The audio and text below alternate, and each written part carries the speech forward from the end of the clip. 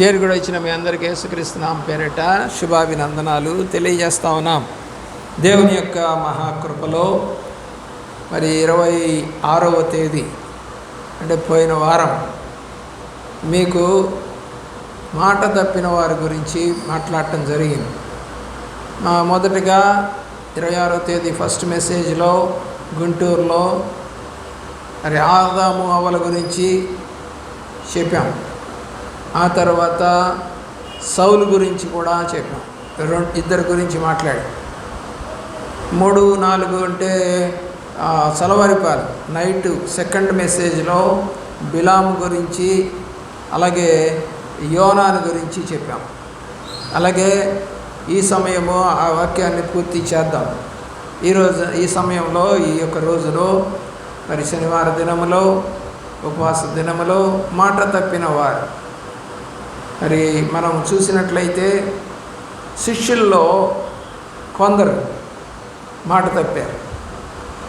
అలాగే రాజుల గ్రంథంలో సౌలు దగ్గర పనిచేసిన షిమి మాట తప్పాడు. ఇంకా చాలామంది ఉన్నారు. ఇంతటితో నేను క్లోజ్ చేస్తాను.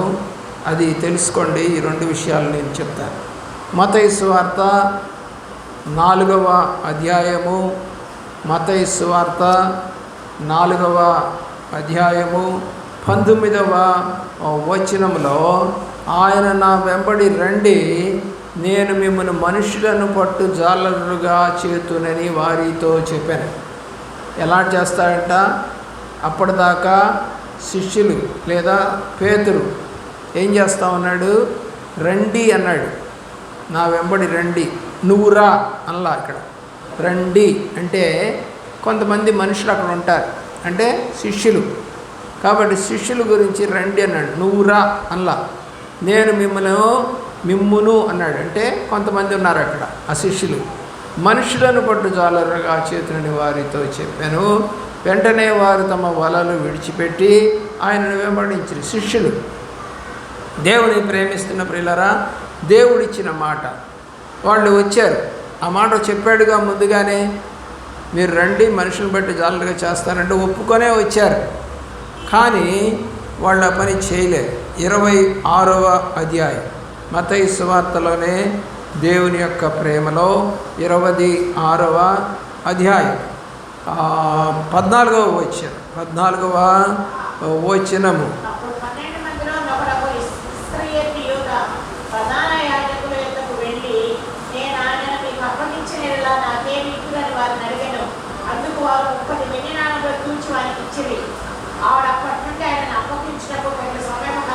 తప్పిపోయాడా లేదా? మాట దేవుని మాట విన్నాడా? లేదు. ఇప్పుడు ఏం చేస్తున్నాడు? ఎవరైతే ఆ మాట చెప్పారో ఆయన్నే పట్టించాలని చూస్తా ఉన్నాడు. దేవుడు అంటున్నాడు, మిమ్మల్ని మనుషులను పట్టు జాలరుగా చేస్తాను రండి అని పిలిచి. వీడేం చేస్తున్నాడు? డబ్బు కావాలని యేసు ప్రభువునే పట్టించడానికి తిరుగుతూ ఉన్నాడు. చూడండి ఎక్కడికి వెళ్ళాడంట? దేవుని యొక్క ప్రేమలో ఆ యొక్క ప్రధాన యాజకుల దగ్గరికి వెళ్ళాడు. అంటే గుడికి లేదా మందిరానికి మరి ప్రధాన యాజకులు ఉంటారు, హై ప్రీస్టు అలాగే లో ప్రీస్టులు అన్నట్టుగా ఇతను ప్రధాన యాజకులు. అంటే వాళ్ళు చెప్పిందే ఆ మందిరంలో లేదా ఆ యొక్క సమాజంలో చేయాలి, దాని ప్రధాన యాజకులు. అలాగే 25వ వచనానికి రండి. 25వ వచనం ఏమని అడుగుతున్నాడు? నన్ను ఇప్పుడు ఒకడు 24 మనుష్య కుమారుని గూర్చి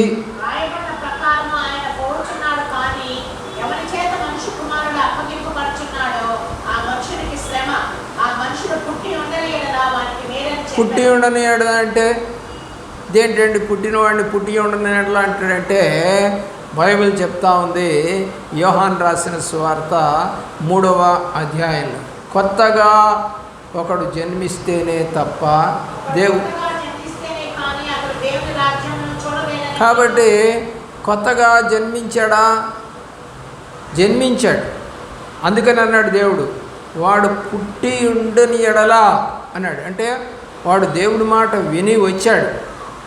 అలా గనక చేయకుండా ఉంటే బాగుండేది వాడు. కాబట్టి అతనికి శ్రమ అన్నాడు. ఎవరైతే ఆయన అప్పగిస్తారో ఆ మనిషినికి శ్రమ అన్నాడు.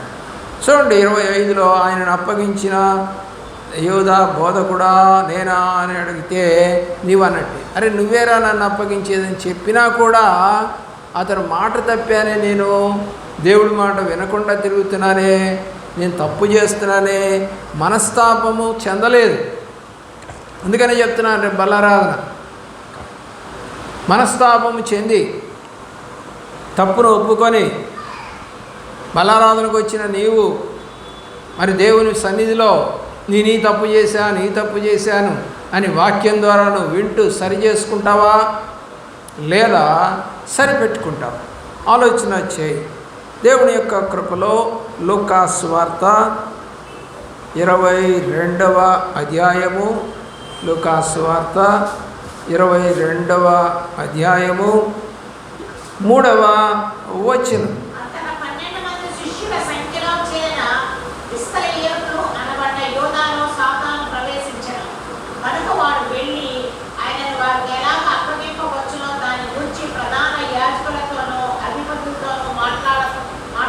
ముందలంతా ఏంటంటారు దీన్ని? ప్లానింగ్. ఏం చేస్తా ఉన్నాడు? ముందుగానే అనుకున్నట్లుగా ఎవరు వచ్చారో వాళ్ళకంట సాతాను ప్రవేశించెను. అంటే దేవుని మాటను వినకుండా ఉండే వాళ్ళంతా కూడా ఎవరు బిడ్డలు అవుతారు? సాతాను బిడ్డలు. మరి నువ్వన్నట్టే అన్నప్పుడు తన తప్పును సరి చేసుకోవాల్సిన వాడు, నన్ను అప్పగించబోతున్నాడు నాతో పాటు ఇప్పుడు చేయి ముంచిన వాడు అన్నప్పుడు సరి చేసుకోవాల్సిన వాడు, పశ్చాత్తాపడవలసిన వాడు. చేయలా. ఎందుకు చేయలేదు? మందిరానికి వస్తారు, బలారాధన తీసుకుంటుంటారు చాలామంది, కానీ వాళ్ళలో ఎవరుంటారు? సాతాను. మెయిన్గా ఈ రోజులలో వాళ్ళ చేతుల్లో సెల్ ఫోన్ ఉంటుంది, ఫోన్లు వస్తాయి, మధ్యలో మెసేజ్లు వస్తాయి. ఏమంటే మధ్యలో వాళ్ళు ఒళ్ళో పెట్టుకొని వాటిని చూస్తూ ఉంటారు. ఎవరు ప్రవేశిస్తున్నారు? సాతానుడు ప్రవేశిస్తున్నాడు. అయ్యో నేను ప్రభు సన్నిధికి వచ్చాను, ఇప్పుడు ఫోను ఆన్ చేసి ఉండకూడదు అని అనుకోవడం లేదు. ఫోన్ ఆన్ చేసుకొనే ఉంటున్నారు, మోగుతూనే ఉంటున్నాయి. నేను చాలా సంఘాల్లో చూశాను, మోగుతూనే ఉంటాయి.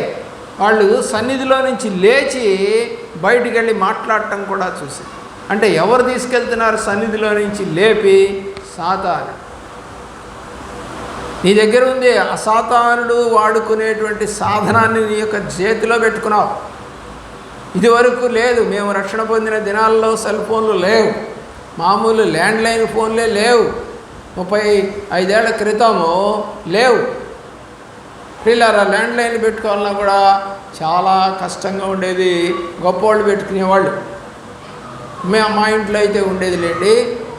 మా ఇంట్లో మరి మా నెంబర్ అప్పుడు 353903. ఫస్ట్ 7 నెంబర్లే ఉండే, తర్వాత 5 నెంబర్లే ఉండే, తర్వాత 6 నెంబర్లు చేశారు, తర్వాత 8 నెంబర్లు చేశారు. దేవుని యొక్క ప్రేమలో ప్రియులరా సెల్ ఫోను అనేది ఇప్పుడు పెద్ద సాతాను సమస్య.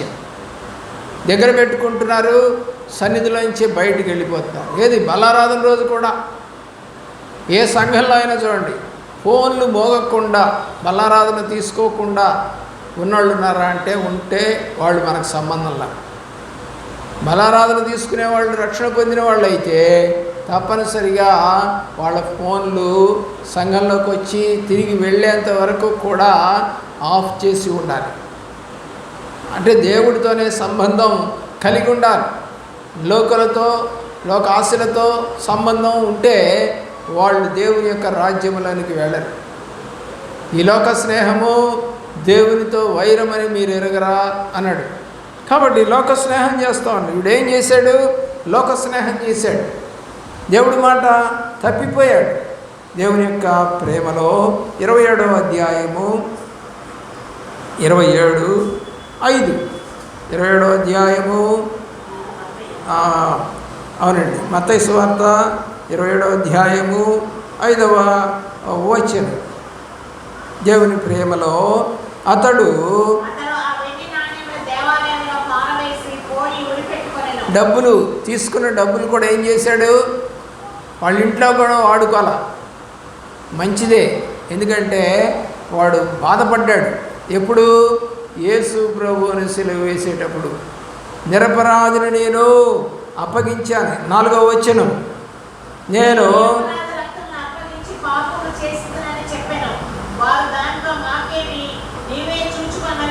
ఆల్రెడీ నువ్వు ఒప్పందం చేసుకున్నావు కదయ్యా పట్టిస్తానని. కాబట్టి పట్టుకున్నాం మేము. ఇక నువ్వు వెనక్కి ఇచ్చిన డబ్బులు మేము ఆల్రెడీ దానికోసం పే చేసాము డబ్బులు, కాబట్టి మాకు వద్దన్నారు. అప్పుడు ఆ డబ్బులు తీసుకెళ్ళి ఆ యొక్క మందిరంలో పడేసాం. ప్రియులారా, ఆలోచన చేయండి. అయితే వాళ్ళు అంటున్నారు 6వ వచనం, ప్రధాన యాజకులు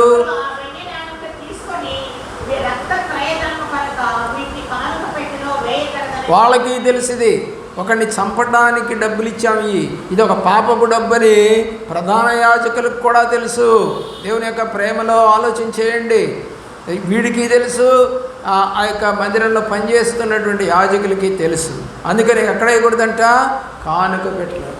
కాబట్టి పడుపూర్తితో వచ్చిన డబ్బులు, అలాగే వడ్డీ వ్యాపారంతో వచ్చిన డబ్బులు, దౌర్జన్యంతో వచ్చిన డబ్బులు, దొంగతనం చేసి వచ్చిన డబ్బులు మందిరంలోనికి తేకూడదు. దేవుని యొక్క ప్రేమలో కావలి దగ్గర ఒక ఊరుండే, ఆ ఊరిలో అంతా కూడా దొంగలు. అయితే కప్పరాలు తిప్ప. దేవుని యొక్క ప్రేమలో అయితే అక్కడ మందిరం లేదు, మందిరం కట్టాల్సి వచ్చింది. మరి మందిరం కట్టాల్సి వచ్చినప్పుడు ఏం జరిగిందంటే, వాళ్ళు గుడికి అంటే చిన్న చర్చ్ ఏదో ఉంది, అక్కడికి వచ్చి ప్రార్థన చేస్తాం. అయ్యా, ఈరోజు కనుక మేము ఒక 5 లక్షలు దొంగతనం కనుక చేయగలిగితే అందులో సగం నీకు ఇస్తాం, 2.5 లక్షలు ఇచ్చేస్తాం మీకు అని చెప్పేవాళ్ళంట. చెప్పుకొని ప్రార్థన చేసుకొని పోయేవాళ్ళంట. పాస్టర్ గారు ఏం చేస్తాడు? వాళ్ళంతా దొంగలు, ఏం చేయలేదు. నిజంగానే వాళ్ళు తీసుకొచ్చి డబ్బులు ఇచ్చారు. 25 లక్షలతో 25 సంవత్సరాల క్రితం అక్కడ మందిరం కట్టారు. నేను అడిగాను, ఇంత పెద్ద మందిరం కట్టారు, ఊరు చూస్తేనేమో చిన్న ఊరు, ఇంత డబ్బులు ఇచ్చేటువంటి ఉద్యోగస్తులు ఇక్కడ ఉన్నారా, వ్యాపారస్తులు ఉన్నారంటే, అయ్యా అంతా దుర్వ్యాపారులు ఉన్నారు, దొంగలు ఉన్నారు. మరి ఎలాగంటే ఇలా చేస్తారయ్యా ప్రార్థన, ఏం చేస్తా నేను అంటే ఉన్నాడు సేవకుడు. దేవుని ప్రేమించిన పిల్లారా, బైబిల్ అది చెప్తుంది, ఆ డబ్బు దేవుని మందిరంలోనికి రాకూడదు. దేవుని యొక్క ప్రేమలో రాజుల మొదటి గ్రంథం, మాట తప్పిన యోధ చచ్చిపోయాడు, 2వ అధ్యాయం 36వ వచనం. మొదటి రాజుల గ్రంథం 2వ అధ్యాయం 36వ వచనం.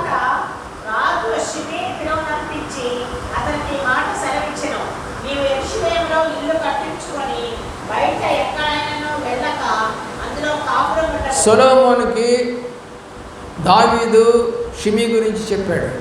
అయ్యా, వాడు నన్ను చాలా బాధ పెట్టాడు, కానీ వాడిని మాత్రం జాగ్రత్తగా చూసుకున్నాడు. సరే, ఇతను కూడా క్షమించాడు, చంపలా. సొలొమోను కూడా అతను నేను చంపలేదు, రాజయ్యాను కదా అని. ఏం చెప్పాడు? నువ్వు యెరూషలేములో నుంచి వెళ్లకుండా అందులోనే కాపురం ఉండాలి. యెరూషలేములో ఇల్లు కట్టించుకో, నేనేం కాదన్నా. కాదు, యెరూషలేము దాటిపోతే మాత్రం నువ్వు చచ్చిపోతావు. చదవండి 37.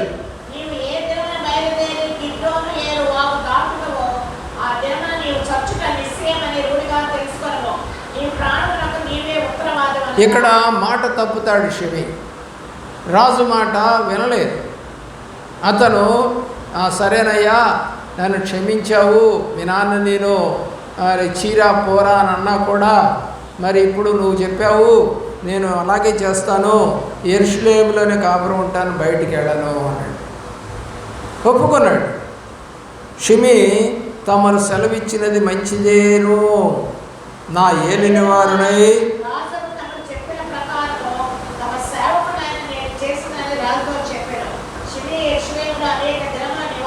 దేవుని ప్రేమించిన ప్రియబిడ్డల. ఎన్ని సంవత్సరాలు ఉన్నాడంట? 39. అయితే 3 సంవత్సరాలైన తర్వాత షిమీ యొక్క పరివారంలో 2 పారిపోయి మయాకా కుమారుడైన అకీషును గాతు రాజులకు చేరిరి. అంతటా నీ వారు గాతులో ఉన్నారని షిమీకి వర్తమానం రాగా, షిమీ లేచి గాతుకు గంట కట్టి తన పరివారాన్ని వెతుకుతాయి గాతులోని ఇలాగ షిమీ పోయి గాతులో నుండి తన పనివారిని తీసుకుని వచ్చెను. షిమీ యెరూషలేములో నుండి గాతునకు పోయి వచ్చినది సొలొమోనునకు వర్తమానము కాగా, రాజు షిమీని పిలువనంపించి అతనితో ఇట్లనెను, నీవు ఏ దినమందు బయలుదేరి ఏ స్థలమునకైనా వెళ్ళుదువో ఆ దినమున నీవు మరణవదు అని నిశ్చయముగా తెలుసుకొనవలని యెహోవా తోడని నేను నీకు ఖండితంగా ఆజ్ఞయించి నీ చేత ప్రమాణము చేయించితిని కదా. మరియు తమరు సెలవిచ్చినదే మంచిదని నీవు ఒప్పుకొంటివి. కాబట్టి యెహోవా తోడని నీవు చేసిన ప్రమాణమును మేము నీకు ఆజ్ఞాపించిన ఆజ్ఞను నీవు గైకొనక పోతివేమి అని అడిగి, నీవు మా తండ్రి దావీదునకు చేసినట్లు నీ హృదయంలో మెదలుచున్న కీలక్రియు నీకు తెలియను. నీవు చేసిన కీడు యెహోవా నీ తల మీదకే రప్పించును. దేవుని ప్రేమించిన పిల్లారా, ఈ 46వ వచనం దాకా నువ్వు ఒప్పందం చేసుకున్నావు కదా, నువ్వు ఒప్పందం చేసుకున్నావు కాబట్టి ఆ ఒప్పందం ప్రకారం నువ్వు గై కొనకపోతివే అని అడిగాడు 43వ వచనంలో. 44లో మా తండ్రి అయిన దావీదునకు చేసినట్టు నీ హృదయంలో మెదలుచున్న కీడంతయు నీకు తెలియను. మా నాన్నకి కీడు చేయాలని ఆశపడ్డావు కదా, నీవు చేసిన కీడు యెహోవా నీ తల మీదకి రప్పించును. దేవుని యొక్క ప్రేమలో ఏమి జరిగిందంటే దేవుని యొక్క ప్రేమలో 46వ వచనం, రాజు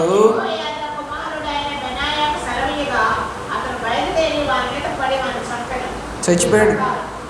ఇందాక యోధా చచ్చిపోయాడు, యోనా చచ్చిపోలేదు కానీ బుద్ధి తెచ్చుకున్నాడు.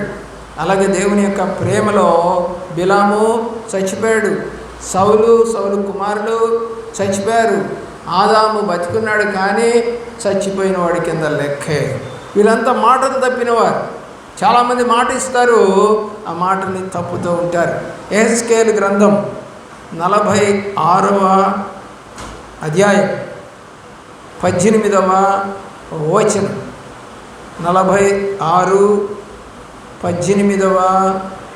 వచనం దానియేలుకు ముందు ఉంటుందండి.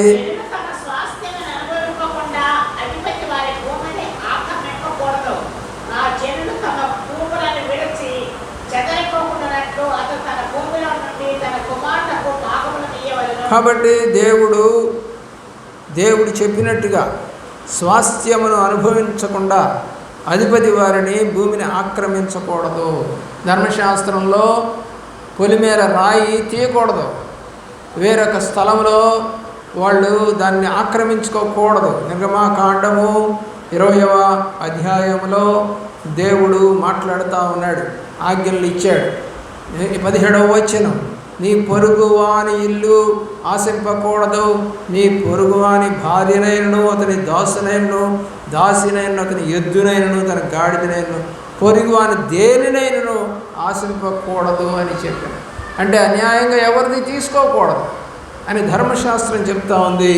కానీ తీసుకుంటున్నారు, మీరు మాట తప్పుతున్నారు అని అంటున్నాడు.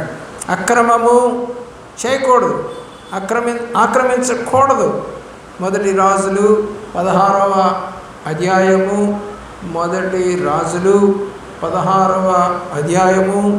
30వ వచనం. ఓమి కుమారుడైన అహాబు తన పూర్వీకులందరినీ మించినంతగా యెహోవా దృష్టికి చెడుతనం ఏం చేశాడంట? రాజు ప్రిలరా చెడుతనము చేశాడు. 33వ వచనం, మరియు అహాబు దేవతా స్తంభం ఒకటి నిలిపెను. ఆ ప్రకారం అహాబు తన పూర్వీకులైన ఇశ్రాయేలు రాజులందరికంటే ఎక్కువగా పాపము చేసి ఇశ్రాయేలుల దేవుడైన యెహోవాకు కోపం. ఏం నిలిపాడు? దేవతా స్తంభం నిలిపాడు. విగ్రహారాధన చేయొద్దన్నాడు. అలా ఇందాక గ్రంథం నిర్గమాకాండంలోనికి వెళదాం. 20వ అధ్యాయంలోనే మనము ఈ మాటలను జ్ఞాపకము చేసుకుందాం. 2వ వచనం, నీ దేవుడనైన యెహోవాను నేనే దాసుల గృహమైన ఐగుప్తు దేశంలో నుండి నేను వెలుపకు రప్పించి తిని, నేను తప్ప నీకు వేరే దేవుడు ఉండకూడదు. పైన ఆకాశం అందే కానీ భూమి ఎందే కానీ భూమి కింద నీడ ఎందే కానీ దేని రూపమునైనను విగ్రహమును నీవు చేసుకొనకూడదు చెప్పాడు కదా. వాటికి సాగిలపడకూడదు, వాటిని పూయకూడదు. 4వ వచనంలో ఈ మాటలన్నీ చెప్పాడు. ధర్మశాస్త్రంలో రాయబడిన మాటలు ఏంటంటే విగ్రహమును చేసుకోకూడదు, దానికి పూజ చేయకూడదు, దండం పెట్టకూడదు, సాగిలు పడకూడదు. ఇతనేం చేశాడు ఇప్పుడు అహబు? అదే తప్పు చేశాడు. మొదటి రాజుల గ్రంథము 21వ అధ్యాయము 6వ వచనము నుండి మనం కనుక చూసినట్లయితే ఇక్కడ ఒక స్టోరీ మీకు కనపడుతోంది. 16వ వచనం దాకా 6వ అధ్యాయము 21వ అధ్యాయము 6వ వచనం.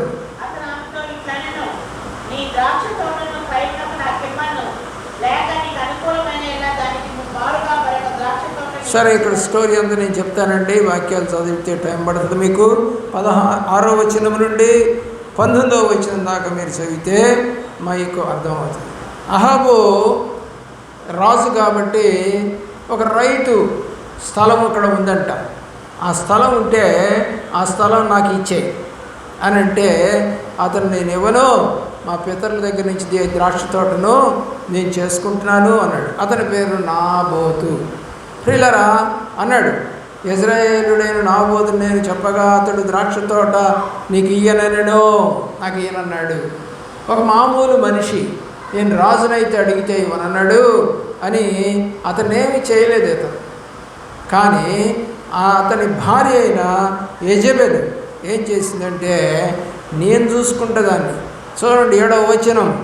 అందుకు అతని భార్య అయిన యెజెబెలు, నువ్వు రాజువు కదా, ఎందుకు దిగులు పడతావు? ఎవరండి? భార్య ఇప్పిస్తుందంట.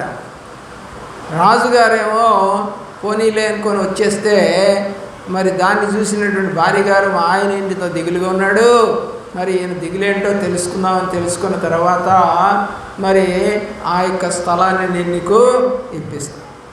అహబు పేరట తాకీదు అంటే రాసింది ఎవరు?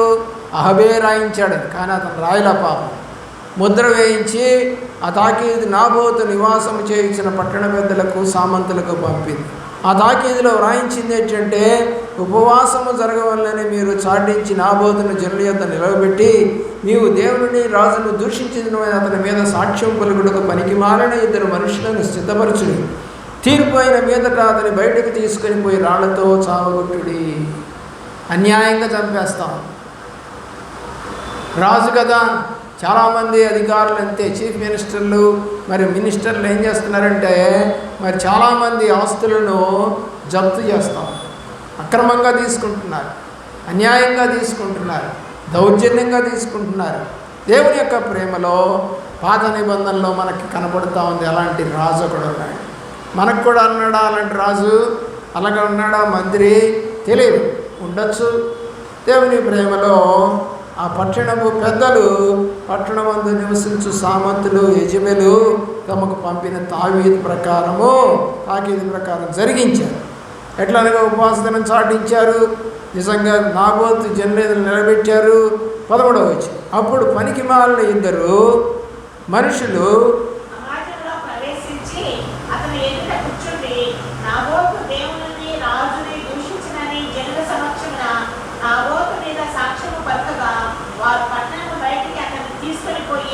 చంపేశారండి. ఎంత అన్యాయం అండి, ఎంత దౌర్జన్యము, ఎంత అక్రమము. కాబట్టి నాకు పవర్ ఉంది కదా అని ఆ పవర్ని మరి రాణిగారైనటువంటి యెజెబెల్ గారు దాన్ని అలాగ చేసి అతనికి ఆ యొక్క నాబోతు ద్రాక్ష తోటను స్వాధీనం పరుచుకోమని అహబుతో చెప్పింది. 15వ వచనము చివరిలో ద్రాక్ష తోటని స్వాధీనం చేసేసుకున్నాడు. 16వ వచనంలో. ప్రియులరా 19వ వచనానికి వచ్చినట్లయితే ఇప్పుడు ఆ యొక్క విషయాన్ని తెలుసుకున్నటువంటి మరి ఆ యొక్క ప్రవక్త ఏలియా వచ్చాడండి. వచ్చి అంటున్నాడు, నీవు అతన్ని చూచి ఇలాగ ప్రకటించుము. దేవుడు చెప్తున్నాడు ఏలియాకి ఏమని?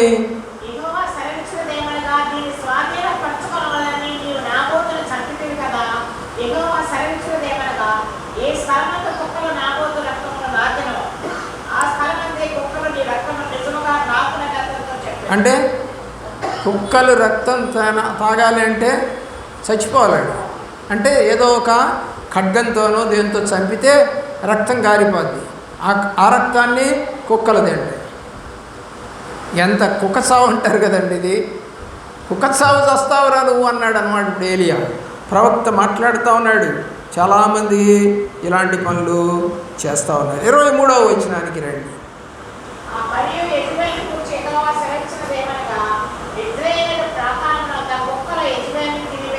ఏమంట? నీ భార్య కూడా చచ్చిపోద్ది, నువ్వు చేస్తావు, మీ భార్య చేస్తుంది. ఎందుకంటే ఇద్దరు కలిసే కదా కూడబలుక్కునేవి చేసింది.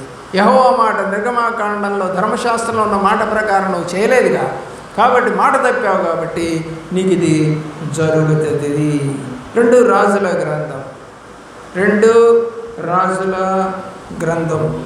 9వ అధ్యాయం 36వ వచనం.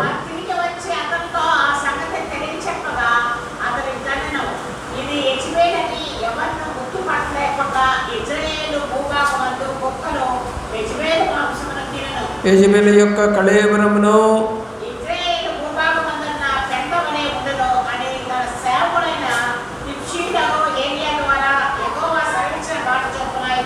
మొదటి రాజుల గ్రంథములో చదువుకున్న మాట ప్రకారంగా ప్రవక్త ద్వారా మాట్లాడిన మాట 2 రాజుల గ్రంథంలో నెరవేరింది. చచ్చిపోయింది, చంపేశారు.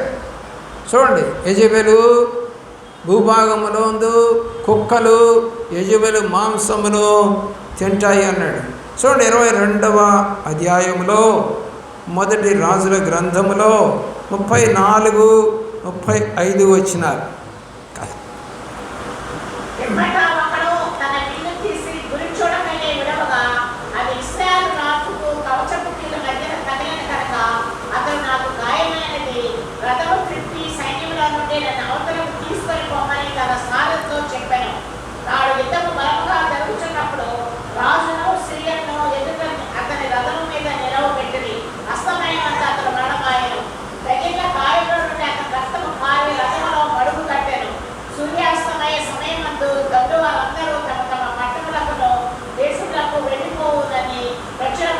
దేవుని ప్రేమిస్తున్న ప్రియ బిడ్డలారా, 38వ వచనంలో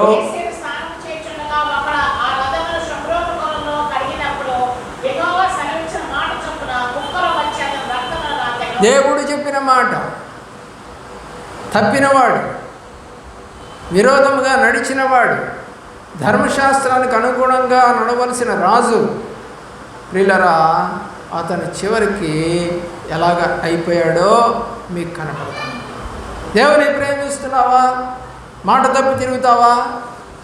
ధర్మశాస్త్రానికి విరుద్ధంగా నడుస్తావా? లాకి విరుద్ధంగా నడిచి నష్టాన్ని కొని తెచ్చుకుంటావా? కాబట్టి ఈ యొక్క మాటలన్నీ నీవు వింటూ ఉన్నావు, జాగ్రత్తగా నడుచుకో. మొదటగా ఆదామవ్వలు తప్పిపోయారు, తర్వాత సౌలు తప్పాడు, బిలాము తప్పిపోయాడు, యోనా తప్పిపోయాడు, అలాగే శిష్యులు కూడా తప్పిపోయారు. పేతురు కూడా తప్పిపోయాడు. యోహాను రాసిన సువార్త 21వ అధ్యాయంలో దేవుడు మనుషులు పట్టు జాలరుగా చేస్తానని చెప్తే అతను మళ్ళా చేపలు పట్టడానికి వెళ్ళాడు. అతను కూడా తప్పిపోయాడు. కానీ దేవుడు మరలా అతన్ని 16, 17, 18 వచనాల్లో ముమ్మారు అడిగాడు, నువ్వు మళ్ళా నా గొర్రెలను మేపు, నన్ను ప్రేమిస్తున్నావని చెప్పి మళ్ళా అతన్ని సిద్ధపరుచుకున్నాడు. ఎందుకంటే అతని పేరు మీద నువ్వు రాయివి, ఈ బండ మీద నేను సంఘాన్ని కడతాను. మరి ఆయన మాట నెరవేరాలి కదా. అటు తప్పిపోయినటువంటి పేతుడిని దేవుడు, మాట తప్పినటువంటి పేతుడిని సరిచేసింది. మరి అప్పటికి యూదాను కూడా సరి చేయడానికి బలారాధనలో చెప్పాడు. చాలామంది బలారాధనలో చెప్తూ ఉన్నారు సంఘాల్లో, కానీ చాలామంది దాన్ని వినటగా వాళ్ళు ఇష్టం వచ్చినట్టుగా బలారాధన తీసుకుంటారు. అదే పాపం. అలాంటి పాపము నీవు చేయకుందువు గాక, సరి చేసుకుందువు గాక, మరి తగ్గించుకుందువు గాక, క్షమించబడదువు గాక, అలాగే పాపమును ఒప్పుకుందువు గాక, యథార్థముగా మాట్లాడుదువు గాక, తప్పును తప్పుగానే చెప్పుదువు గాక. అలాంటి కృప దేవుడు నీకు దయచేయను గాక. ఈరోజు ఎవరెవరి గురించి మాట్లాడుకున్నామండి? శిష్యులు, అందులో ప్రధానంగా ఇస్కరియోతు, యూదా. రెండవ వ్యక్తి ఎవరండి? షిమి, దేవుని ప్రేమి. అలాగే మూడవ వ్యక్తి అహరోను. ముగ్గురిని నేను చూపించాను. దేవుడు చెప్పిన ప్రతి మాటను వినండి. మిగతా మరి ఆ యొక్క మెసేజ్లు 26వ తేదీ మరి ఆ యొక్క 2 మెసేజ్లు ఉన్నాయి. మిగతాయి మీరు యూట్యూబ్లో జేసీపీఎఫ్ చర్చ్ గుంటూరు అని కొడితే మీకు యూట్యూబ్ ఛానల్ ఓపెన్ అవుతుంది. దాంట్లో డేట్ వారీగా ఉంటాయండి. మీరు ఆ డేట్ చూసుకొని ఈ వాక్యాలు వినవచ్చు. దేవుడు కృప మీకు తోడయుండి నడిపించును గాక. ఆమేన్.